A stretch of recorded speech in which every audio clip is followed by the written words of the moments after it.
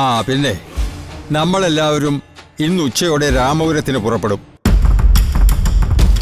ഒട്ടും വൈകിക്കാതെ നല്ലൊരു മുഹൂർത്തം നോക്കി കുടുംബക്ഷേത്രത്തിൽ വെച്ച് അമൃതയുടെയും ശ്രീനാഥിന്റെയും താലികെട്ട്. അതുവരെ നീ അവൾക്കൊരു മനുഷ്യ എന്നെ കൊണ്ടൊന്ന് പറയിപ്പിക്കല്ലേ.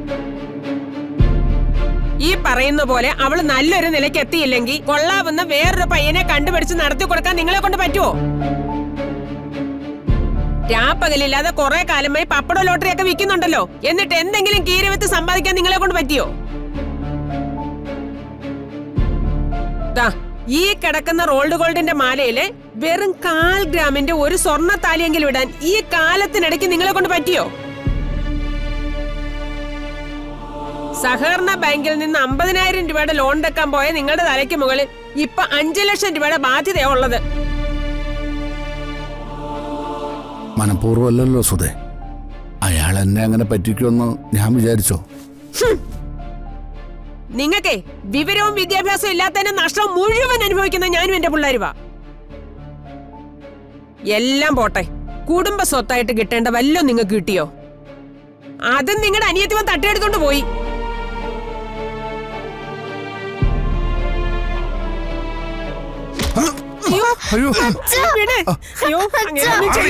നിനക്കൂടെ ഓഹരിയിലൊരു തേങ്ങയില്ല. കേസിനും കൂട്ടത്തിനും പോയാ അളിയാണെന്നൊന്നും ഞാൻ നോക്കില്ല. നിന്റെ നട്ടല് ഞാൻ ചവിട്ടി ഓടിക്കും. പിന്നെ നിന്റെ പെണ്ണും പിള്ളയും പിള്ളേരും റോഡിൽ കിടന്നും തെണ്ടും കാണോ നിനക്ക്? ഇപ്പൊ നിങ്ങക്ക് തൃപ്തിയായല്ലോ. ആകെ പടം ഉണ്ടായിരുന്നത് എല്ലാം കൂടെ എഴുതി കൊടുത്ത നോശിക്കാനുണ്ടായത്.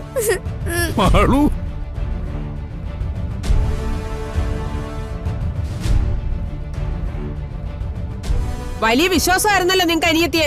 അതുകൊണ്ടാണല്ലോ ആരെ കൊണ്ടും വായിച്ചു പോലും നോക്കിപ്പിക്കാതെ അവള് പറഞ്ഞെടുത്തല്ലോ ഒപ്പിട്ട് കൊടുത്തത്.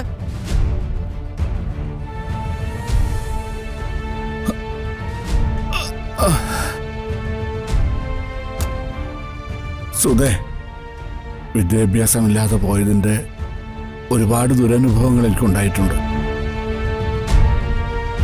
അത് ഞാൻ സമ്മതിക്കുന്നു.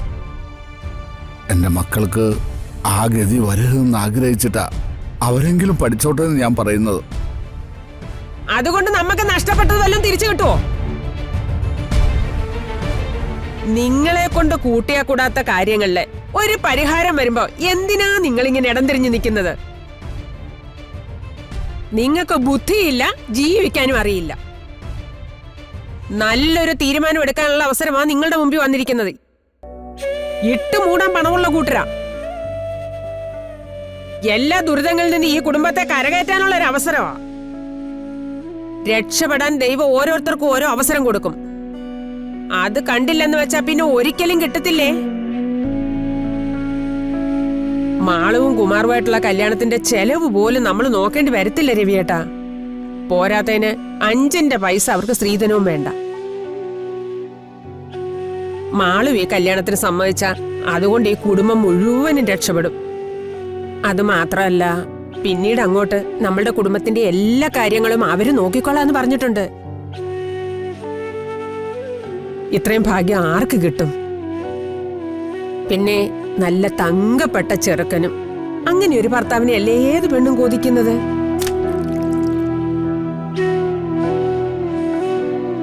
പക്ഷേ മാളുവിന്റെ ഇഷ്ടം കൂടി ഒന്നറിയാതെ. ഓ, നല്ല ജോലിയും വിദ്യാഭ്യാസമുള്ള എത്ര ആലോചനകൾ എനിക്ക് വന്നതാ. എന്നിട്ട് ഇങ്ങനെ ഒരുത്തനാണല്ലോ ഒടുവിൽ എനിക്ക് കിട്ടിയത്. ഓ, നരയിക്കാനാണ് തലയിലെഴുത്തെങ്കിൽ അത് അനുഭവിക്കാതെ പറ്റില്ലല്ലോ.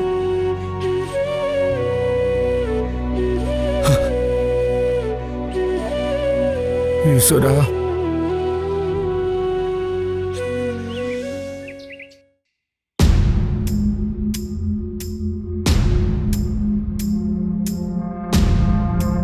മിനിമം 6 മാസമെങ്കിലും ആരുടെയും സഹായമില്ലാതെ ഇൻഡിപെൻഡന്റ് ആയിട്ട് ജീവിച്ച് കാണിച്ചാൽ അവളുടെ ആഗ്രഹങ്ങൾക്കെതിരെ നിൽക്കില്ല എന്ന് ഞാൻ പറഞ്ഞിരുന്നു. അവൾ അത് ചെയ്തു. 6 മാസം മുംബൈയിൽ അവൾ ഒറ്റയ്ക്ക് താമസിച്ചു. അങ്ങനെ അവൾ അത് തെളിയിച്ചു. അങ്ങനെയാണല്ലോ നിങ്ങളെല്ലാവരും കരുതുന്നത്.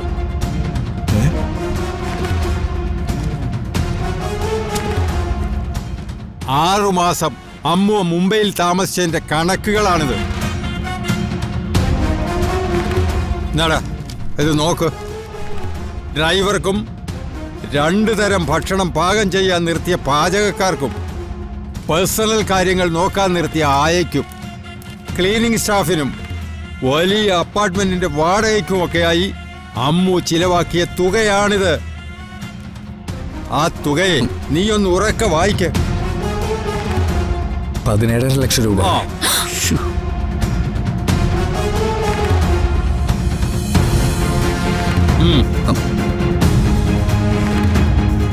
പണമല്ല പ്രശ്നം.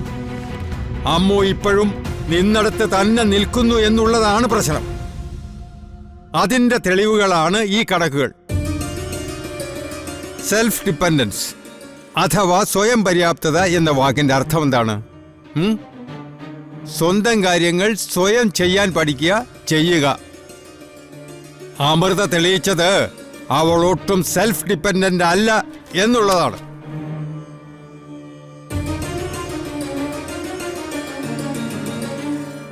മോനെ, നിങ്ങളൊക്കെ കുട്ടികളാണ്. മുതിർന്നവരെടുക്കുന്ന തീരുമാനങ്ങൾ അതിൻ്റെതായ അർത്ഥത്തിൽ നിങ്ങൾക്ക് മനസ്സിലാകാൻ കുറച്ച് സമയമെടുത്തു വരും. പിന്നെ നമ്മളെല്ലാവരും ഇന്ന് ഉച്ചയോടെ രാമപുരത്തിന് പുറപ്പെടും. ഒട്ടും വൈകിക്കാതെ നല്ലൊരു മുഹൂർത്തം നോക്കി കുടുംബക്ഷേത്രത്തിൽ വെച്ച് അമൃതയുടെയും ശ്രീനാഥിന്റെയും താലികെട്ട്.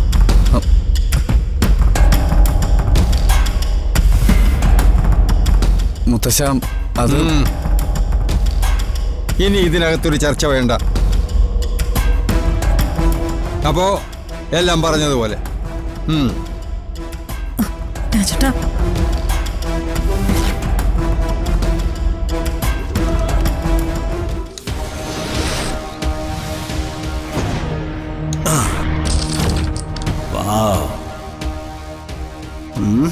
ഇന്ന് റെഡ് അല്ലേ? മോളെ, അച്ഛന് ചായ കിട്ടിയില്ല. ഇനി റെഡ്. ഇവിടെ വാടാ. അതും വീണു.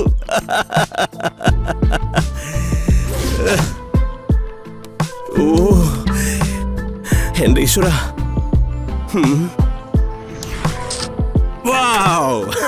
അങ്ങനെ വാ. അയ്യോ അയ്യായി. മോളെ, ഈ റെഡില്ലേ, അവനെ അങ്ങോട്ട് ഇടുമ്പോഴേക്കും അച്ഛൻ അങ്ങ് ടയർഡായി പോയടി. കണ്ണാ, ഇന്നെന്താടി അച്ഛന്റെ ചായയുടെ കാര്യം മറന്നുപോയോ? ഞാനേ സാമ്പാർ ഉണ്ടാക്കുന്ന റീല് ചെയ്യുമായിരുന്നു, അതാ താമസിച്ചത്. എടി പെണ്ണെ, നീ എത്ര റീലുകൾ ചെയ്തു, എന്നിട്ട് കാശൊന്നും വരില്ലല്ലോ. അച്ഛനെയും അമ്മയും ജലജമ്മയെയും മാളൂനെയും മേഘയും എല്ലാരെയും കൂട്ടി എനിക്കാകെ 8 സബ്സ്ക്രൈബേഴ്സ് അല്ലേ ഉള്ളൂ അച്ഛാ. ഓ അത് ശരി.